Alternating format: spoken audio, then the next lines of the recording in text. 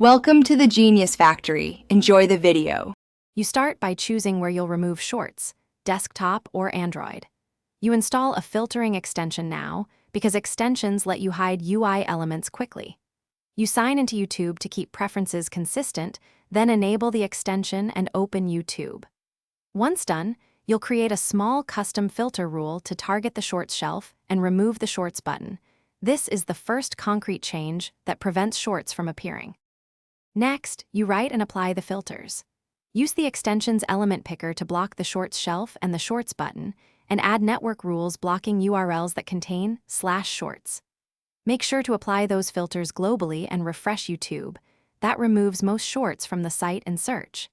If shorts persist in mobile apps, switch to an alternate client or a browser with the same filters, because alternative front ends let you avoid YouTube's enforced UI.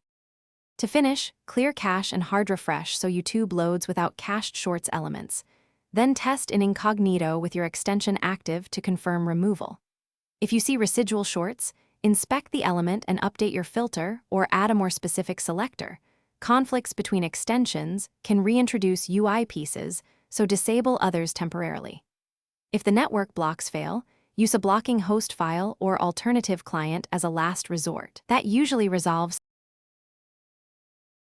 Thanks for watching. If you found this helpful, don't forget to like and subscribe.